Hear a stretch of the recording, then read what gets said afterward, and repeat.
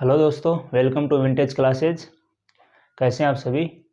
आज हम करने वाले हैं एनटीपीसी सीबीटी 2 में जो मेंसुरेशन के जो क्वेश्चन आए थे उन सब के जो थोड़े इंपॉर्टेंट क्वेश्चन हैं वो हम करने वाले हैं। इससे आपको अंदाज़ा लगेगा कि मेंसुरेशन किस लेवल की पूछी जा रही है। ज़्यादा हार्ड लेवल की मेंसुरेशन भी नहीं आ रही, बिल्कुल हल्की फुल्की आ रही है, थोड़ी मॉडरेट भी है और ईजी टू मॉडरेट है। मतलब हार्ड लेवल की मेंसुरेशन नहीं पूछी जा रही। तो हम वो क्वेश्चन कर लेंगे एक बार जो मेंसुरेशन में आए थे, उनके थोड़े से इंपॉर्टेंट क्वेश्चन वो मैंने निकाले हैं, वो हम कर लेंगे। ठीक है, तो हम देखें पहला क्वेश्चन ये है। इससे आपको अंदाज़ा लगेगा कि कैसे क्वेश्चन पूछे जाएंगे और अगली शिफ्ट के लिए हमको क्या पढ़ना जरूरी है। क्वेश्चन देखो, एक बार मैं पढ़ देता हूँ कि एक गोले के अंदर है एक बेलन, इंस्क्राइब्ड है एक बेलन है गोले के अंदर, गोला में स्फेयर, स्फेयर के अंदर एक सिलेंडर है, स्फेयर के अंदर क्या है, एक सिलेंडर है, एक बेलन है।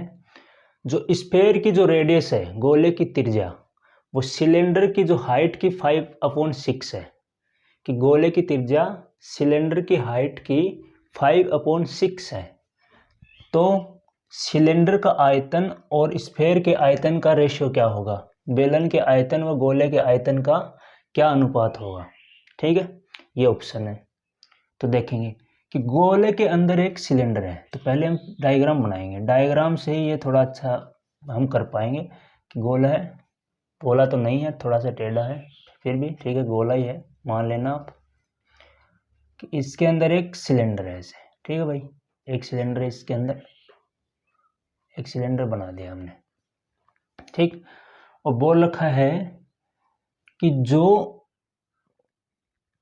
इसकी जो रेडियस है, किसकी, स्फेयर की, गोले की रेडियस, उस सिलेंडर की ऊंचाई, सिलेंडर की जो हाइट है उसकी 5/6 है।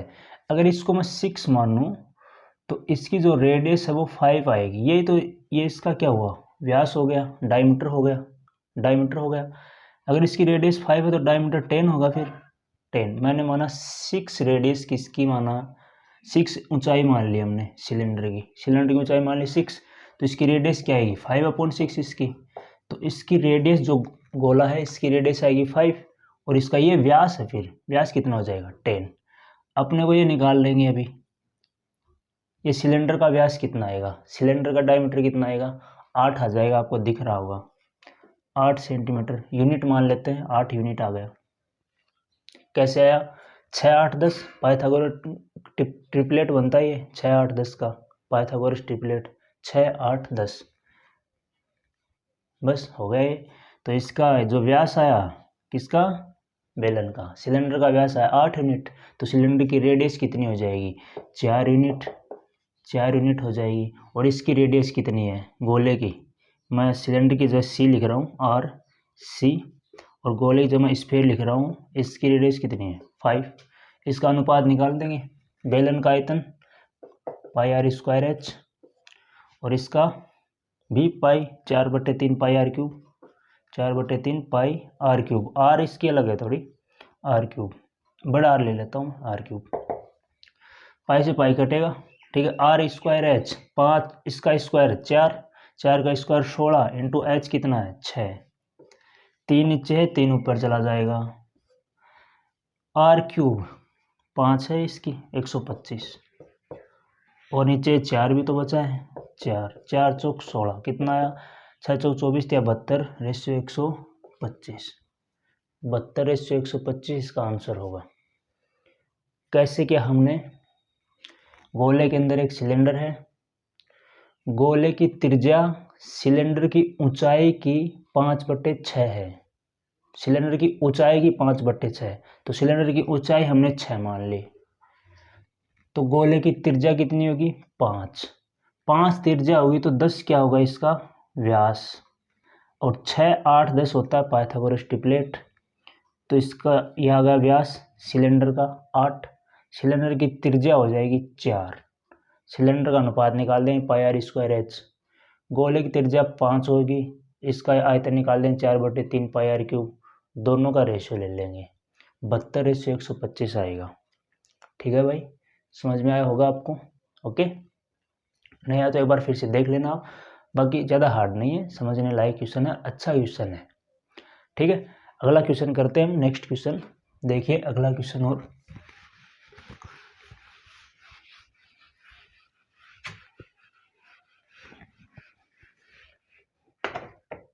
नेक्स्ट क्वेश्चन है भाई कि 4 किलोमीटर प्रति घंटा की चाल से 4 किलोमीटर प्रति घंटा की चाल से चल रहा एक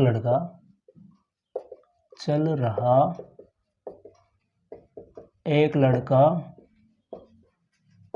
किसी वर्गाकार खेत को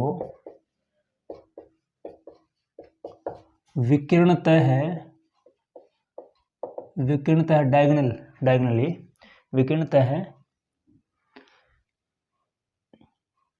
36 सेकंड में पार करता है। 36 सेकंड में पार करता है तो खेत का क्षेत्रफल क्या होगा, खेत का एरिया क्या होगा। ऑप्शन है 800, ऑप्शन 1600, 800/√3 या 800√2। बोलिए, ये ऑप्शन है 800, 1600, 800/√3 और 800√2।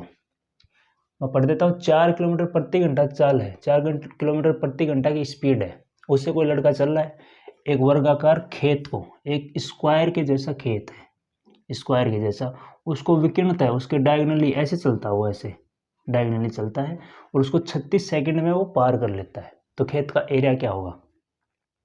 तो खेत का एरिया निकालने के लिए हमको खेत की भुजा चाहिए, भुजा निकालेंगे वर्ग की, फिर उसका स्क्वायर कर देंगे। अब देखो 4 किलोमीटर प्रति घंटा की चाल से चल रहा है, 36 सेकंड में पार करता है, तो ये दूरी कितनी होगी, ये दूरी निकाल लेंगे हम, डायगोनल है ना ये दूरी निकाल लेंगे। दूरी बराबर चाल गुना समय, चाल है 4 किलोमीटर प्रति घंटा, मीटर प्रति सेकंड में बदल देंगे, 5/18 से गुणा कर देंगे और इनटू समय है 36 सेकंड, 18 दूनी 36, 5 20 दूनी 40, तो ये 40 सेंटीमीटर आ गया इसका डायगोनल।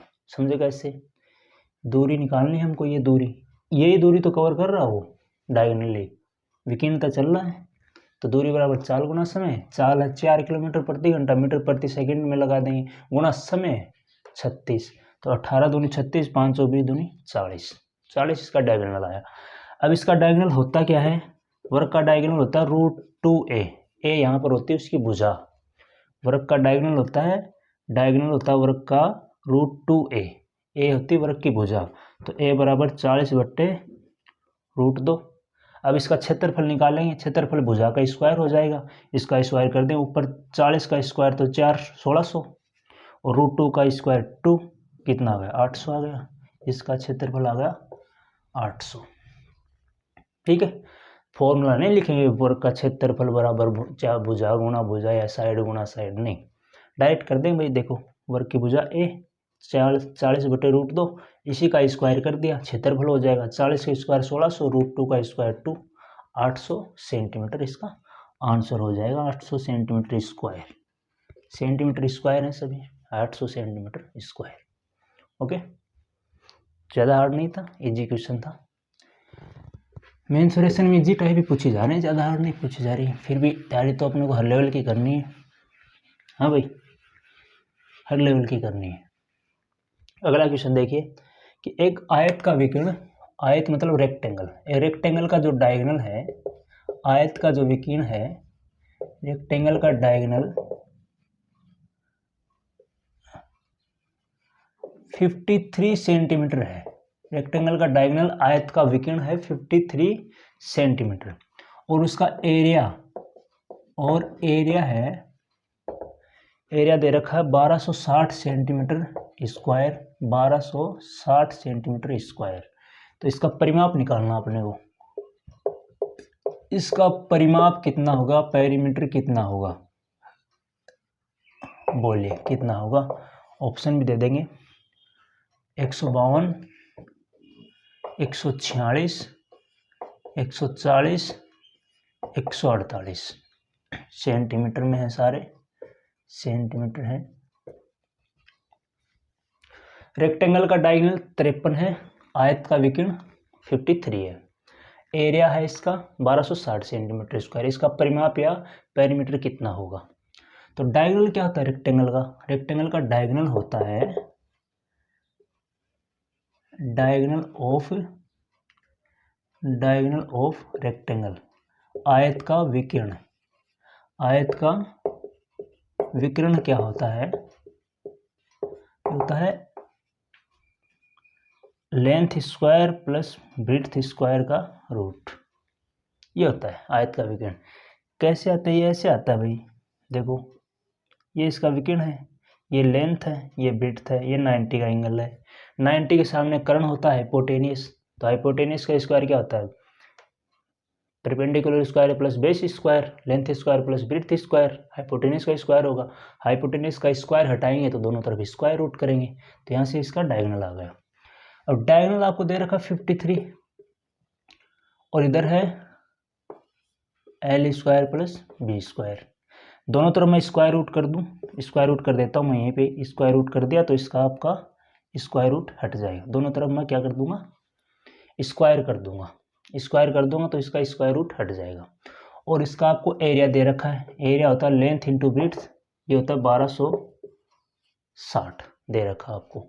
आपको निकालना है इसका पेरीमीटर। पेरीमीटर होता है 2 इंटू लेंथ प्लस ब्रीथ, मतलब ये निकालना है। तो लेंथ प्लस ब्रीथ चाहिए अपने को, लेंथ प्लस ब्रीथ चाहिए। तो देखो लेंथ प्लस ब्रीथ का होल स्क्वायर क्या होगा? A square plus B square plus 2ab वाला फॉर्मूला है ना, वो होगा A square plus B square plus 2ab। तो क्या आएगा? मैं दोबारा दोनों तरफ स्क्वायर रूट कर दूंगा, स्क्वायर रूट करूंगा तो यहाँ तो एल प्लस बी बचेगा, यहाँ स्क्वायर रूट में L square plus B square की वैल्यू रख देंगे 53 का स्क्वायर, 53 का स्क्वायर, 53 का स्क्वायर कर देंगे कितना होगा? पहले तो L square plus B square की जगह रखेंगे 53 का स्क्वायर 2809, ये होगा क्या? 50 से 3 ज़्यादा, 3 का स्क्वायर कर दिया मैंने 9, 50 से 3 ज़्यादा, 3 और ज़्यादा कर दूंगा 56, 56 को 5 से गुना कर दो, 5 से 30, 5 25 3 2809 होगा। Plus 2 into L B, L B की वैल्यू 1260 है, 2 से गुना कर देंगे, 12 से 2400, 2520, 2520 आएगा क्या?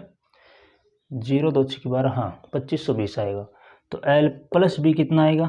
यहाँ से देख लो, इनको ऐड करो, 9 2 8 5 13, 5329, 5329 किसका रूट होता है?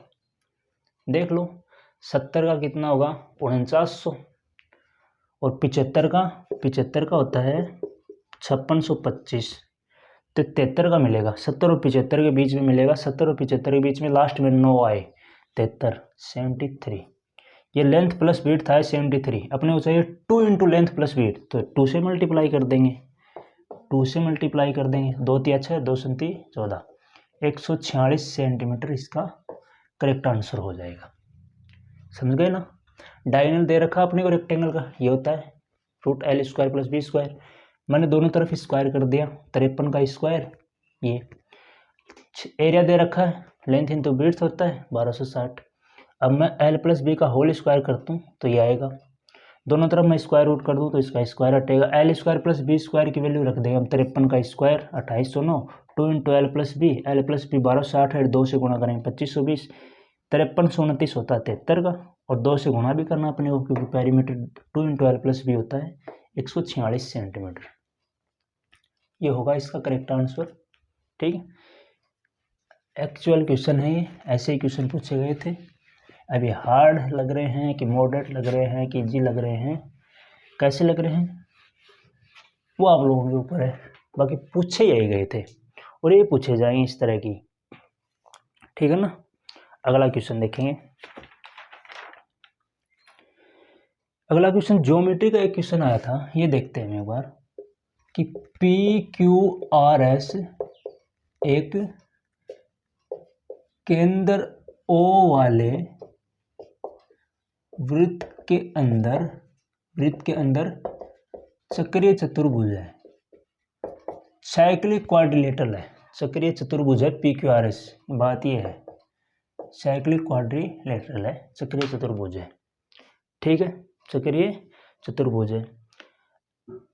एंगल पी क्यू आर और एंगल पी एस आर का अनुपात, एंगल पी क्यू आर और एंगल पी एस आर का जो रेशियो है, अनुपात है, वो है 11:7, 11:7 है। अगर पी क्यू बराबर क्यू आर है, पी क्यू बराबर क्यू आर है तो एंगल ओ पी क्यू की वैल्यू बताओ कितनी होगी। ओ पी क्यू की वैल्यू, ये बढ़िया क्वेश्चन आया था एक, ये टॉप लेवल का क्वेश्चन था, इसमें आया था, टॉप लेवल का क्वेश्चन बोलेंगे हम इसको। ये ऑप्शन है, इसको करो आप। 52, 62, 55 और 56, ये ऑप्शन है। पी क्यू आर एस के अंदर ओ वाले वृत्त में एक चक्रीय चतुर्भुज है, साइक्लिक क्वाड्रिलेटरल है। एंगल पी क्यू आर और पी एस आर का रेशियो 11:7। पी क्यू बराबर क्यू आर है तो एंगल ओ पी क्यू क्या होगा बताइए। देखिए एक बार तो खुद से कोशिश करनी है, फिर देखना है। हम एक सर्किल के अंदर चक्रीय चतुर्भुज बना देते हैं, नहीं बना, अच्छा फिर भी ठीक है, समझना ही तो अपने को। अब देखो पी क्यू आर एस हम एक चक्रीय चतुर्भुज बना देंगे, पी क्यू आर और एस, हमने ये चक्रीय चतुर्भुज बना दिया, पी क्यू आर एस, ठीक है। चक्रीय चतुर्भुज के जो चारों जो वर्टेक्स होते हैं ना, वो सर्किल के टच होने चाहिए, और केंद्र ओ है इसका, ये है इसका केंद्र ओ सर्किल का, ठीक मेरे भाई। पी क्यू आर और पी एस आर, ये एंगल और ये एंगल, इनका रेशो 11:7 है, 11:7। इन दोनों का सम होता है 180 डिग्री। चक्रीय चतुर्भुज में आमने सामने के जो एंगल होते हैं साइक्लिक क्वाड्रिलेटरल में, उनका सम 180 डिग्री होता है। तो 11:7 को मैं मान लिया, 18 रेशियो हुआ है टोटल, 18 रेशियो की वैल्यू 180 है, एक की वैल्यू हो जाएगी 10, तो 11 की वैल्यू कितनी हो जाएगी 110, और 7 की वैल्यू 70। तो पी क्यू आर हो जाएगा 110 और ये हो जाएगा 70। समझ में आया ना, 11 और 7 18 हो गया, 18 टोटल रेशियो है और टोटल ये सम होता है 110, तो 18 रेशियो वैल्यू 180, 180 होता है, सॉरी 18 वैल्यू 180, एक की वैल्यू 10, तो 11 कितने आ जाएगी 110 और 7 की 70। एक्स एक्स वगैरह मानने की जरूरत नहीं कि इसको 11x मान लूँगा मैं, इसको 7x मान लूँगा, दोनों मिलकर 18x हो जाएंगे। 18x की वैल्यू 180 है तो x की वैल्यू निकालूंगा, फिर x की वैल्यू इसमें दोबारा पुट करूँगा, ऐसा नहीं है। x मत लगाओ, 18 रेशियो है, 18 रेशियो 180, 1 रेशियो 10, तो 11 110 हो जाएगा और 7 70 हो जाएगा। Okay, angle O P Q निकालना अपने को, O P Q, O P Q. अच्छा मैं इसको थोड़ा सा अच्छे से यहाँ ले लेता हूँ सेंटर में एकदम। ये एंगल अपने को निकालना है, angle O P Q. Okay, O P Q angle अपने को निकालना है। अब देखो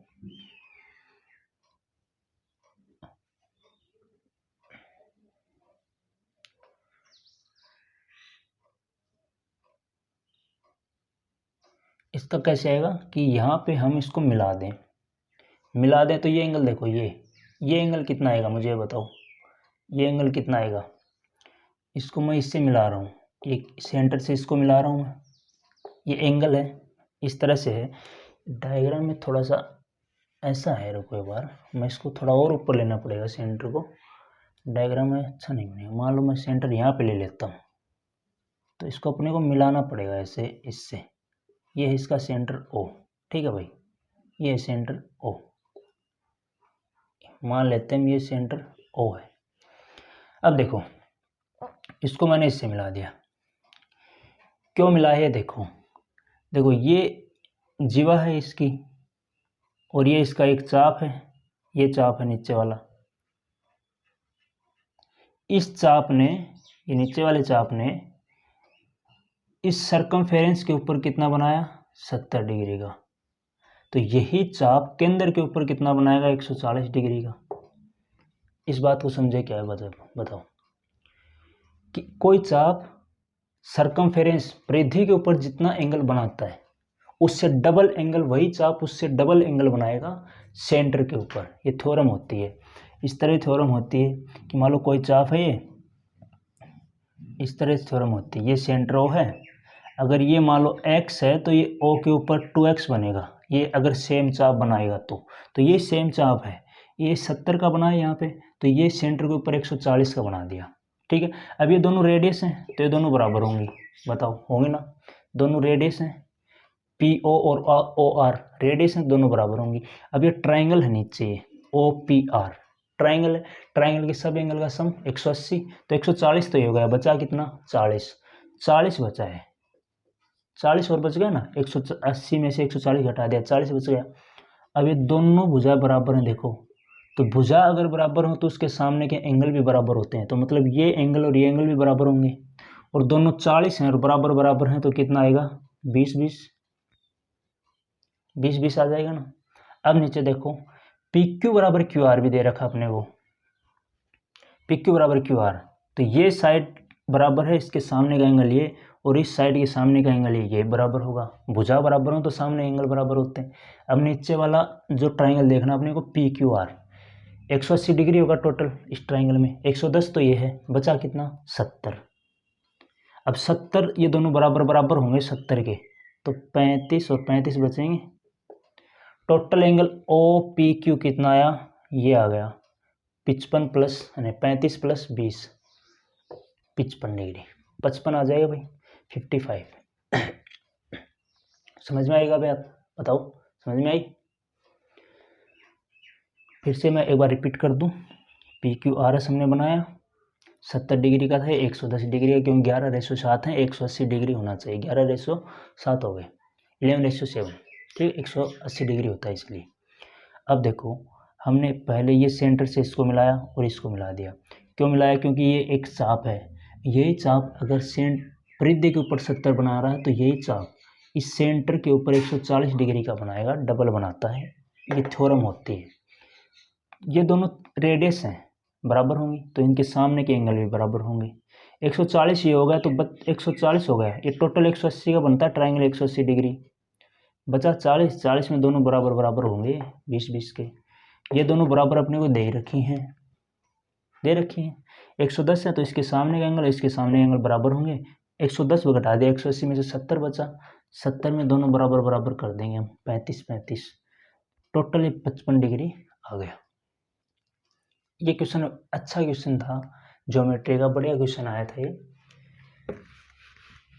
CBT 2 में जो एग्जाम हुए थे उनमें से टॉप लेवल का क्वेश्चन था एक।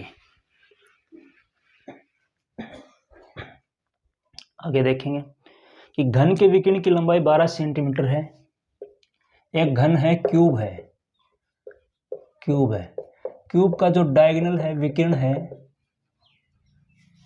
क्यूब का डायगोनल है 12 सेंटीमीटर है, क्यूब का डायगोनल 12 सेंटीमीटर है, घन का विकिरण 12 सेंटीमीटर है, तो क्यूब का आयतन ज्ञात कीजिए, घन का आयतन कितना होगा, वॉल्यूम कितना होगा, घन का वॉल्यूम कितना होगा। डायगोनल दे रखा है क्यूब का और वॉल्यूम पूछ रखा, ऑप्शन दें क्या, ऑप्शन दे देंगे, 192, ऑप्शन फर्स्ट है 192√2, 192√3, 1728/√3 और 144। बताइए क्यूब का डायगोनल 12 सेंटीमीटर है, तो क्यूब का आयतन कितना होगा, वॉल्यूम कितना होगा, ये ऑप्शन है। देखिए क्यूब का डायगोनल हमने देखो वर्ग स्क्वायर का डायगोनल, देखो एक बार लिख लो ये कि स्क्वायर का डायगोनल विकिरण √2a, स्क्वायर का डायगोनल होता है √2a, ए होती है यहाँ पे स्क्वायर की साइड, रेक्टेंगल मतलब आयत, आयत का विकर्ण, आयत का डायगोनल होता है √L² + B², और क्यूब का डायगोनल होता है √3a, ए होती है यहाँ क्यूब की साइड, और क्यूबॉइड का डायगोनल, क्यूबॉइड मतलब घनाभ, घनाभ का विकर्ण L² + B² + H², ये चार चीजें होती है डायगोनल की। ठीक है मेरे भाई, तो अपने को क्यूब का डायगोनल दे रखा है √3a, √3 की वैल्यू दे रखी है अपने को 12, ए की वैल्यू आ जाएगी 12/√3। अब इसका आयतन निकालना है। आयतन क्या होता है क्यूब का? भुजा की क्यूब, साइड का क्यूब। तो साइड का क्यूब कर देंगे हम दोनों तरफ, कर दिया क्यूब। ऊपर है 12 गुणा 12 गुणा 12, क्यूब करेंगे। नीचे √3 गुणा √3 गुणा √3, मतलब 3√3 आएगा। √3 गुणा √3 गुणा √3, ये तो 3 हो जाएगा और √3, 3 चौक 12। तो ऊपर क्या बचा आप देखो, 12 गुणा 12 144 गुणा 4/√3, 144 गुणा 4/√3, ये बचा ना। 12 12 144 गुणा 4/√3। अब हम इसका प्रमेयीकरण कर देंगे, हर का रेशनलाइजेशन कर देंगे। तो √3 से ऊपर नीचे गुणा कर देंगे। तो ऊपर तो बचेगा 144 गुणा 4√3, और नीचे देखो √3 गुणा √3 3 हो जाएगा, और 3 से हम इसको काट देंगे। 3 चौक 12, 3 8 24, 48 गुणा 4, 48 गुणा 4 होगा 192√3, 192√3 सेंटीमीटर क्यूब। सेंटीमीटर क्यूब है सारे, सेंटीमीटर क्यूब।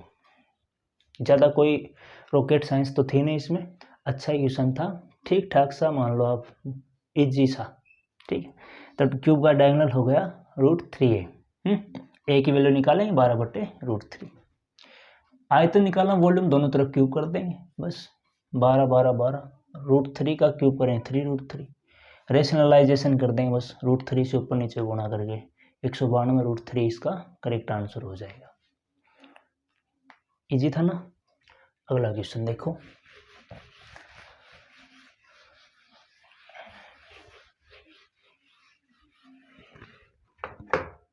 तो आपको अंदाजा हो जाएगा कि किस टाइप के क्वेश्चन आ रहे हैं, किस टाइप के क्वेश्चन पूछे जा रहे हैं। इसी टाइप के पूछे जाएंगे। टीसीएस है भाई, पैटर्न चेंज नहीं होता टीसीएस का, जब पूछे गए उसी टाइप के पूछे जाएंगे। अगला क्वेश्चन और देखो कि 36 सेंटीमीटर लंबाई और 16 सेंटीमीटर चौड़ाई, 36 सेंटीमीटर लंबाई मतलब लेंथ है 36 सेंटीमीटर और 16 सेंटीमीटर चौड़ाई, और 16 सेंटीमीटर उसकी ब्रेड्थ है, तो मतलब रेक्टेंगल है ये, चौड़ाई वाली एक आयताकार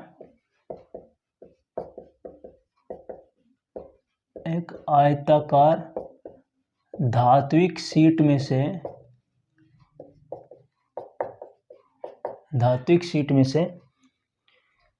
6 centimetre 4 centimetre 2 centimetre, 6 centimetre 4 centimetre 2 centimetre त्रिज्या वाले वृत्त निकाल लिए जाते हैं। वृत्त मतलब सर्किल निकाल लिए जाते हैं काट के, ठीक है, सर्किल निकाल लिए जाते हैं। शेष भाग जो पीछे बच गया, शेष भाग का एरिया जो पीछे बच गया ना निकालने के बाद, उसका एरिया एक स्क्वायर के एरिया के बराबर है, स्क्वायर के एरिया के बराबर है। तो स्क्वायर की साइड बताओ क्या होगी, स्क्वायर मतलब वर्ग की भुजा क्या होगी, साइड क्या होगी, बता दो, बताओ भाई बताओ। 18.6 ये ऑप्शन है, 18.6, 20 और ऑप्शन 4 है 28। मैं पढ़ देता हूँ एक बार दोबारा कि 36 सेंटीमीटर लेंथ है रेक्टेंगल की और 16 सेंटीमीटर उसकी ब्रेड्थ है, चौड़ाई है।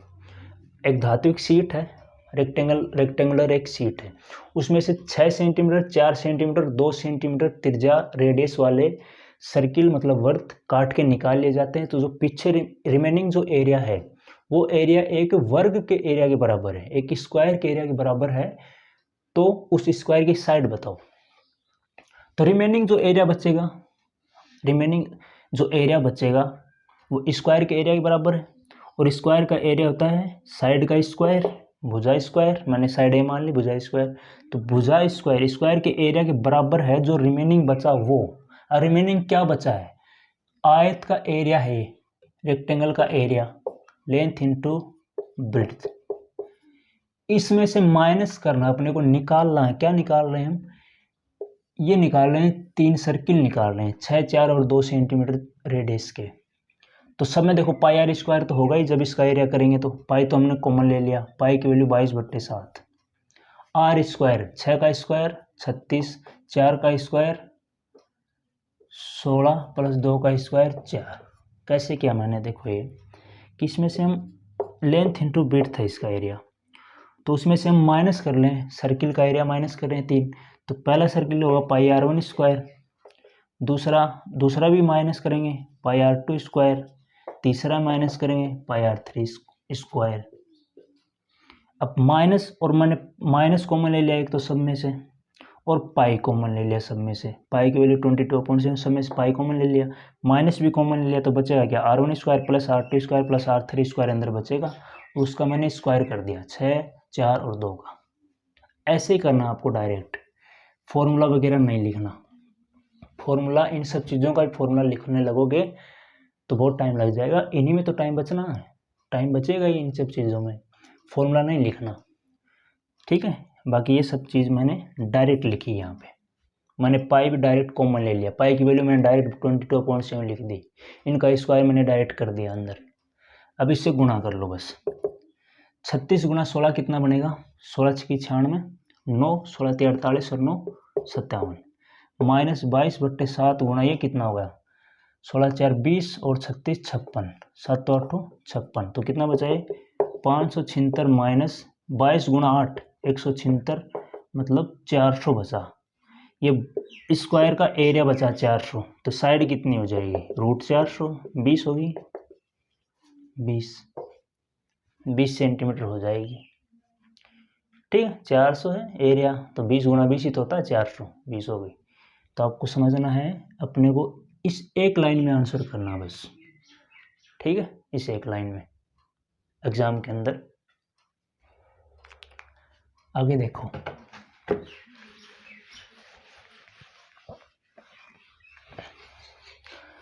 करते जाओ और करेंगे। मेंसुरेशन के बड़े बड़े क्वेश्चन भी हैं, एक दो और भी हैं, कि एक जो कोण है, कोण शंकु, एक लंबवर्तीय शंकु, कोण मान लो एक लंबवर्तीय शंकु, एक कोण है, कोण CONE, कोण की लंबवर्तीय शंकु को एक हेमिस्फेयर अर्धगोले के ऊपर रखा जाता है, अर्धगोले के ऊपर रखा जाता है। तो डायग्राम दिमाग में छप गया होगा कि एक शंकु को, एक कोण को एक हेमिस्फेयर अर्धगोले के ऊपर रखना है, तो डायग्राम तो छप गया होगा दिमाग में कि क्या बनेगा, ठीक है। शंकु की रेडियस अर्धगोले की रेडियस के बराबर है, तो जो कोण की रेडियस है ना, शंकु की रेडियस त्रिज्या बराबर है किसके? अर्धगोले की रेडियस के बराबर है, अर्धगोले की रेडियस के बराबर है, ठीक है। शंकु की रेडियस बराबर है अर्धगोले की रेडियस, हेमिस्फीयर की रेडियस बराबर है, ठीक है। अर्धगोले का डायमीटर 12 है, अर्धगोले का डायमीटर, अर्धगोले का जो व्यास है, डायमीटर है, वो 12 सेंटीमीटर है। अर्धगोले का डायमीटर 12 सेंटीमीटर है, ठीक है। जबकि शंकु की ऊंचाई 8 सेंटीमीटर है, और शंकु की जो हाइट है, शंकु की ऊंचाई है 8 सेंटीमीटर है, शंकु की ऊंचाई 8 सेंटीमीटर है। यदि पाई सेंटीमीटर स्क्वायर को पेंट करने, यदि पाई सेंटीमीटर स्क्वायर को पेंट करने की लागत, पेंट करने की लागत 25 रुपये है, पाई सेंटीमीटर का पेंट करने की लागत 25 रुपये है, तो संयुक्त धातु को पेंट करने की कितनी लागत होगी? तो जो संयुक्त जो बन चुका है दोनों मिला के, संयुक्त धातु को पेंट करने की क्या कॉस्ट होगी, क्या लागत होगी? ऑप्शन भी हैं, 6,930 रुपये, 3,300 रुपये, 4500 रुपये और 10,571 रुपये। तो एक शंकु को एक अर्धगोले के ऊपर रखा गया। ये हमने कोई अर्धगोला बना दिया, हेमिस्फीयर बना दिया, ठीक है भाई। इसके ऊपर हमने एक कोन को रख दिया ऐसे, ठीक है। पूछ रखा है शंकु की रेडियस अर्धगोले की रेडियस के बराबर है। शंकु की रेडियस अर्धगोले की रेडियस, ये शंकु की रेडियस है और ये अर्धगोले की भी रेडियस है, दोनों की रेडियस बराबर है। अर्धगोले का डायमीटर 12 है, अर्धगोले का ये डायमीटर है पूरा 12 सेंटीमीटर। तो अर्धगोले की रेडियस कितनी होगी? 6 सेंटीमीटर। और शंकु की भी रेडियस कितनी होगी? 6 सेंटीमीटर, क्योंकि दोनों बराबर दे रखी है। शंकु की ऊंचाई 8 सेंटीमीटर है, शंकु की ऊंचाई है 8 सेंटीमीटर। अब शंकु की स्लैंट हाइट चाहिए अपने को। स्लैंट हाइट 6, 8, 10 सेंटीमीटर आ जाएगी ना। 6, 8, 10 का पाइथागोरस ट्रिपलेट याद रखो, 6, 8, 10, ये 90 का एंगल है। पाइथागोरस ट्रिपलेट 6, 8, 10, ये स्लैंट हाइट हो जाएगी, ठीक है। अब संयुक्त रूप से इसको पेंट करना है। पेंट करेंगे, बार बार पेंट आएगा इसके, तो पेंट करेंगे तो क्या कवर होगा इसमें? इसका कर्व्ड सरफेस एरिया कवर होगा, सिर्फ टोटल नहीं, सिर्फ कर्व्ड सरफेस एरिया कवर होगा। तो हेमिस्फीयर का कर्व्ड सरफेस एरिया लेंगे हम 2πr² प्लस इसका कर्व्ड सरफेस लेंगे हम, शंकु का कर्व्ड सरफेस, πrl। पाई हमने कॉमन ले लिया दोनों में, दोनों की रेडियस भी बराबर है, इसलिए हम r भी कॉमन ले सकते हैं। रेडियस बराबर नहीं होती तो नहीं ले पाते, r भी हमने कॉमन ले लिया। तो यहाँ क्या बचा? 2r बचा, 2 और r, पाई और r आ गया, यहाँ l। सब की वैल्यू रख देंगे, पाई की वैल्यू रख देंगे। पाई की वैल्यू पाई रखो एक बार, क्योंकि अपने को दे रखा है यहाँ पे पाई सेंटीमीटर स्क्वायर को पेंट करने की लागत है, तो लास्ट में पाई से पाई कट जाएगा। 22/7 मत रखो, पाई रख लिया। r की वैल्यू क्या है? 6। 2r की वैल्यू 6 प्लस l 10, तो कितना आया है ये? पाई इंटू, देखो 6 दूनी 12 10 22, 22 छिका 132, 132 सेंटीमीटर स्क्वायर ये आया है। 6 दूनी 12 और 10 22 और 6 22, 6 का 132, ये इतना एरिया है। तो इसको पेंट करना है। अब बोल रखा है कि अगर तुम पाई सेंटीमीटर स्क्वायर को पेंट करोगे तो 25 रुपये लगेंगे। पाई सेंटीमीटर स्क्वायर को पेंट करोगे तो 25 रुपये लगेंगे। तो 1 सेंटीमीटर स्क्वायर को पेंट करेंगे तो कितना आएगा? 25/पाई आएगा, 25/पाई। तो इसको पेंट करेंगे तो कितना आएगा? इसको पेंट करेंगे तो आएगा 25/पाई, गुणा में आ जाएगा ये, गुणा पाई गुणा 132। तो पाई से तो पाई कट जाएगा और 132 को 25 से गुणा कर लेंगे। 25 दूनी 50, 5 25 दिया 75 और 5 80, 8 25 25 और 8 33, 3300 रुपये आ जाएंगे, 3300 रुपये आ जाएंगे, ठीक है। तो ये फॉर्मूला था कर्व्ड सरफेस एरिया हेमिस्फीयर का, अर्धगोले का, कर्व्ड सरफेस एरिया शंकु का, कोन का। और हमने r इसलिए कॉमन लिया है क्योंकि दोनों की रेडियस बराबर दे रखे हैं। अपने को नहीं दे रखी होती तो हम इसको r भी अलग अलग लिखते हैं, यहाँ पे कैपिटल R यूज कर लेते हैं या फिर R1 R2 यूज कर लेते हैं, ठीक है। ये आएगा। और हमको दे रखा पाई सेंटीमीटर स्क्वायर को पेंट करने का जो कॉस्ट है वो 25 है, तो एक का कितना आएगा? 25/पाई। तो 132 पाई का कितना आएगा? 132 पाई को इससे गुणा कर देंगे, पाई से पाई, और 3300 रुपये इसका करेक्ट आंसर हो जाएगा, ठीक है। कितना आएगा? 3300 रुपये आएगा। बढ़िया क्वेश्चन था, ठीक ठाक था, मॉडरेट लेवल का। आगे देखेंगे।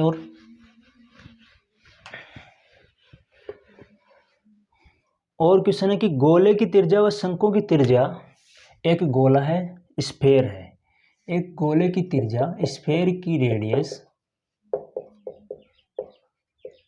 व कोन की रेडियस, शंकु की त्रिज्या, दोनों कितनी दे रखी है? दोनों ही 3√2 हैं, 3√2 सेंटीमीटर हैं दोनों, शंकु की और गोले की, स्फेयर की और कोन की रेडियस दोनों 3√2 सेंटीमीटर है। यदि गोले का पृष्ठीय क्षेत्रफल, यदि गोले का पृष्ठीय क्षेत्रफल, गोले का पृष्ठीय क्षेत्रफल मतलब एरिया, जो स्फेयर का जो एरिया है, स्फेयर का एरिया उस शंकु के, उस कोण के, शंकु के संपूर्ण पृष्ठीय क्षेत्रफल के बराबर है। टोटल सरफेस एरिया के बराबर है। कर्व नहीं, सिर्फ टोटल सरफेस एरिया के बराबर है। तो संपूर्ण पृष्ठीय क्षेत्रफल के बराबर है। तो शंकु की हाइट कितनी होगी? तो कोण की हाइट कितनी होगी बताओ? कोण की ऊंचाई बताओ, कोण की ऊंचाई कितनी होगी? 9√2 या फिर 12 सेंटीमीटर में है भाई सभी, 8 और या फिर 8√2। एक बार क्वेश्चन फिर से पढ़ देता हूँ। गोले की त्रिज्या व शंकु की त्रिज्या, स्फेयर की रेडियस और कोण की रेडियस दोनों 3√2 सेंटीमीटर है। यदि गोले का पृष्ठीय क्षेत्रफल, यदि स्फेयर का एरिया उस शंकु के संपूर्ण पृष्ठीय क्षेत्रफल उस कोण के टोटल सरफेस एरिया के बराबर है, तो कोण की हाइट कितनी होगी?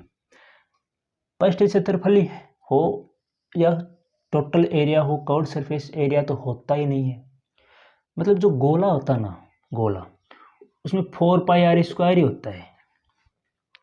ठीक है, ये उसका टोटल सरफेस एरिया हो चाहे कर्व्ड सरफेस एरिया हो, जो भी बोला जाए, जो स्फेयर में होता है 4πr² ही, 4πr²।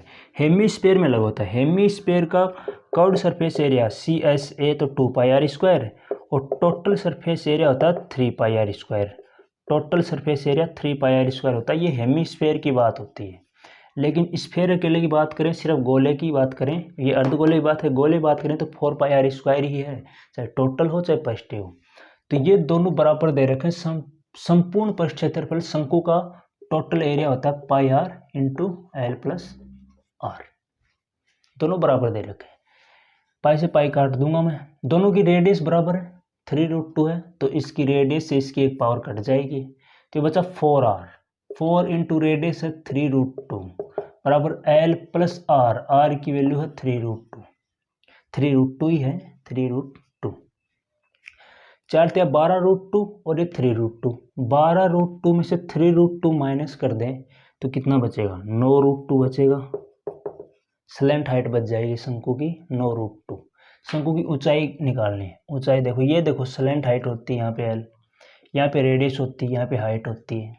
रेडियस दे रखी है अपने को 3√2, स्लेंट हाइट अपने आई है 9√2, तो हाइट निकाल देंगे, इसका स्क्वायर में से इसका स्क्वायर घटा देंगे, फिर रूट कर देंगे। 9√2 माइनस 3√2 का स्क्वायर कर देंगे, आ जाएगा। तो 9√2 का स्क्वायर माइनस 3√2 का स्क्वायर, तो 9√2 का स्क्वायर कर रहा हूँ मैं डायरेक्ट। 9 का स्क्वायर 81, √2 का स्क्वायर 2, माइनस 3√2 का स्क्वायर, 3 का स्क्वायर 9, √2 का 9, √2 का 2, और इसका रूट भी तो आएगा। ये h² होता है, दोनों तरफ स्क्वायर रूट करेंगे, रूट आ जाएगा। अब देखो ज़्यादा कुछ करने की जरूरत नहीं है, आप 9 कॉमन ले लो इनमें। 9 कॉमन ले लिया, यहाँ पे बचेगा 9 × 2, मैंने से 81 में से 9 निकाल लिए, 9 × 2 18 बचेंगे। मैंने 9 यहाँ से निकाल लिए, 2 बचे, तो 9 × 16 बचे हैं, 9 × 16 बचे हैं रूट में, 18 - 2 16, 144 बचे हैं रूट में। 144 का रूट होता है 12, 12 इसका करेक्ट आंसर हो जाएगा। आई बात समझ में? 4πr² गोले का पृष्ठीय क्षेत्रफल है स्फेयर का, और ये πr × l+r शंकु का, कोण का टोटल सरफेस एरिया होता है। r 4 कटेगा, पाई से पाई कटेगा, यहाँ पे r की वैल्यू मैं रख दूंगा 3√2, ये 12√2 है, ये 3√2 इधर आके 9√2 बचेगा l की वैल्यू। हाइट निकालनी तो l² - r², फिर रूट भी आएगा क्योंकि h² होता है, h अकेला निकालने तो रूट करेंगे। 9 का स्क्वायर मैंने 81 किया, √2 का 2, 3 का स्क्वायर 9 किया, √2 का 2, 9 मैंने इनमें से कॉमन ले लिया, 12 इसका टोटल आंसर आ जाएगा, 12 सेंटीमीटर। तो ये था क्वेश्चन।